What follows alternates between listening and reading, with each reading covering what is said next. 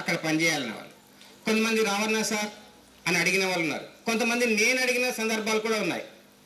ఇక్కడ ఈ స్కూలే కాదు, నేను పనిచేసిన స్కూళ్ళలో కూడా, అరే నేను ఉన్నానయ్యా నువ్వు రా, ఓకే సార్ రావన్నా, ఇట్లా ఉన్నారు. ఇట్లా ఆప్షన్స్ తీసుకుంటూ వచ్చిన సార్లు కూడా ఉన్నారు. వెళ్ళిన సార్లు ఇంగ్లీష్ సార్ కూడా వచ్చి ఆ విధంగా కోఆపరేషన్ చేస్తూ ముందుకెళ్ళారు. వారికి కూడా ధన్యవాదాలు. తర్వాత తెలుగు సార్, పాపం తెలుగు సార్ వచ్చిన తర్వాత అబ్జర్వ్ చేస్తున్నారు, ఇంకా అబ్జర్వ్ చేస్తున్నారు. వారికి కూడా ఏది లేకున్నా కానీ తెలుసుకోవడం నచ్చింది. వారు కూడా సహకారం అందించారు. వారు కూడా అన్ని విషయాల్లో మేము ఎన్నుకున్నాం సార్, మీరు ముందు నడండి అనే విధంగా ఉన్నారు. వారికి కూడా ప్రత్యేక ధన్యవాదాలు.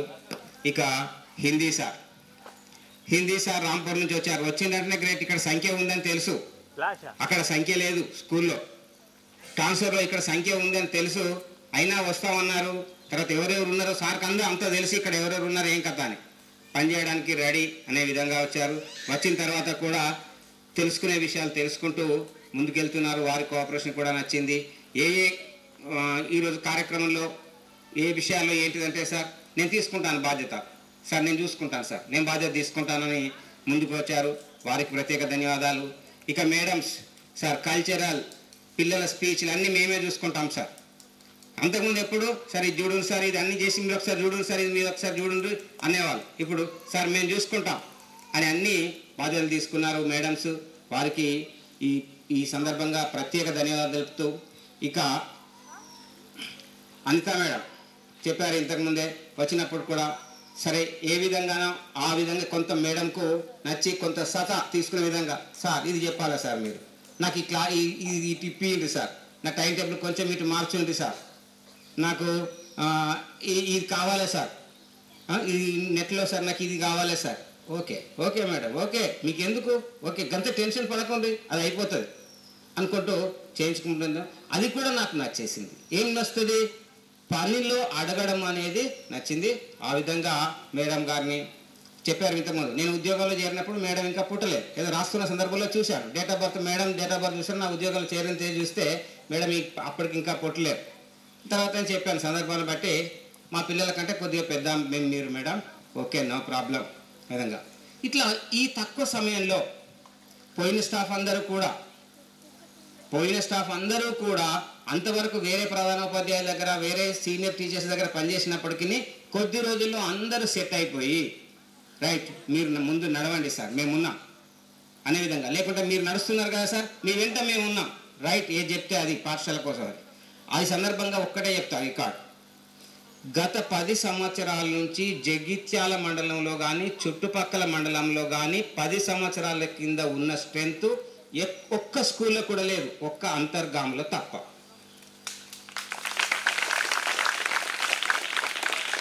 జగిత్యాల మండలంలో కానీ పక్క గవర్నమెంట్ స్కూల్ ఎక్కడ కానీ 10 ఏళ్ల కింద ఉన్న స్ట్రెంత్ ఇయ్యాల లేదు.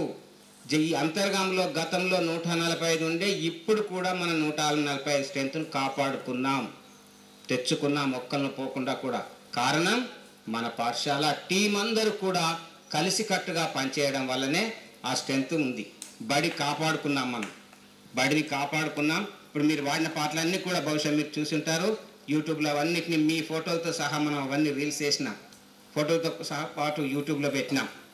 అవన్నీ కూడా మన ఇంగ్లీష్ మీడియం అవుతున్నప్పుడు కూడా మనం పెద్ద ఎత్తున అడ్వర్టైజ్ చేసినాం. ఆ విధంగా అందరి సహకారంతో అన్నిటితోనే ఉంది.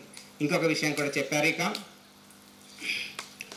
40 సంవత్సరాల సర్వీస్లో నాకు తెలిసి 4 సార్లు కూడా నేను వితౌట్ ప్రేయర్ పాఠశాలకు వెళ్ళలేదు. అది నిజం. 4 సంవత్సరాలు కూడా. నా ఉద్యోగం వచ్చిన తర్వాత 3 సంవత్సరాలకు నా జీవితంలోకి వచ్చింది నా శ్రీమతి.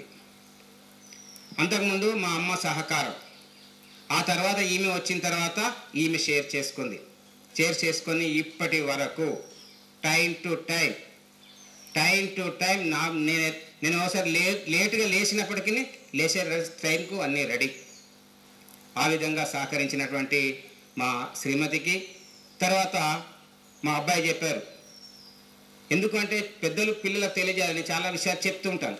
మా అబ్బాయి కూడా చెప్పారు, మేము 7th క్లాస్లో క్లాస్మేట్స్ అయినామంటే మిత్రుడు మైపాల్ సార్ చెప్పినట్టు ఆ సాన్నిహిత్యం పెరుగుతూ మేము జగిత్యాలకు వచ్చినామంటే ఆయన జగిత్యాలకు వచ్చి చదువుకున్న తర్వాత 10th అయిన తర్వాత ఇంటర్మీడియట్కి వచ్చిన తర్వాత ఇంటర్మీడియట్ అయినాక ఏమేమి కోర్సులు ఉంటాయి, ఏం చదవాలి ఇట్లా అనేది మేము కొంత తెలుసుకుంటున్న సందర్భంలో మాకన్నా మిత్రుడు మైపాల్ రెడ్డి సార్ అడ్వాన్స్గా ఉంటుండే. ఇక్కడ గీ కోర్స్ ఉంటుందట, ఇక్కడ గీ కోర్స్ ఉంటుందట, మనం గీ కోర్స్కి అప్లై చేయొచ్చు. చాలా కష్టమైన విషయం నేను చెప్తున్నాను. ఇప్పుడు కూడా మీరు అంత టెక్నాలజీ అంత విషయాన్ని మీరు సంపాదించలేకపోతున్నారు. మేము ఆనాడే ఇక్కడ గీ కోర్స్ ఉంటుంది, ఓకే టీచర్ ట్రైనింగ్ అట చేద్దాం, అప్లై చేయాలి, పోస్ట్ ఆఫీస్ కావాలి ఇదంటే మాకన్నా ముందు మైపాల్ మిత్రుడే.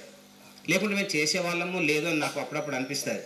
ఆయన మాకు సైకిల్ ఏదంటే మనం పోస్ట్ ఆఫీస్కి పోదాంపా, గల్లు కొన్నారట పోస్టాల్ ఇది కొందాంపా, ఇట్లా అప్లై చేద్దాంపా, ఇట్లా చేసేవాళ్ళం ప్రతి విషయంలో.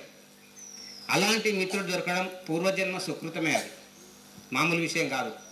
నేను చాలాసార్లు మా మిస్సెస్ కూడా చెప్తా, మా పిల్లలకి చెప్తా, నేను అక్కడే ఉంటే చదువుకోకుండా ఈ మిత్రుడు దొరకకపోతే, నేను జగిత్యాల రాకపోతే, మిత్రుడు దొరకకపోతే నేను కూడా అక్కడనే ఉంది కావచ్చు, ఏ దుబాయ్ పోదునో ఏడుకొచ్చి ఎట్లుందునో అనే విషయం చెప్తాను. అలాంటి మిత్రుడిని ఇచ్చినందుకు ఆ భగవంతునికి ధన్యవాదాలు తెలుపుతూ, ప్రత్యక్షంగా సహకరించినటువంటి మిత్రునికి కూడా, మిత్రుడు మైపాల్ రెడ్డి సార్ మర్చిపోయాను. సార్ ఇక్కడ నుంచి ట్రాన్స్ఫర్ అయినప్పుడు మనం ఇక్కడ ఫేర్వెల్ ప్రోగ్రామ్ పెట్టినా, అప్పుడు మీరు లేరు. ఫేర్వెల్ ప్రోగ్రామ్ పెట్టి వెళ్తున్నప్పుడు మాట వరుసకు అన్నారు, మళ్ళీ నువ్వు రిటైర్డ్ అయ్యేసరికి నేను ఇక్కడికి రావాలి అన్నారు. అన్నట్టే రిటైర్డ్ అయ్యేసరికి ఇక్కడికి వచ్చిండ్రు. ఈ బంధానికి కూడా ఈ విధంగా కంటిన్యూ చేసినందుకు ప్రత్యేక ధన్యవాదాలు. మీకు, మీ శ్రీమతికి, కుటుంబ సభ్యులకు ప్రత్యేక ధన్యవాదాలు తెలియజేస్తున్నాను. ఇక విద్యార్థులకు ఒక విషయం,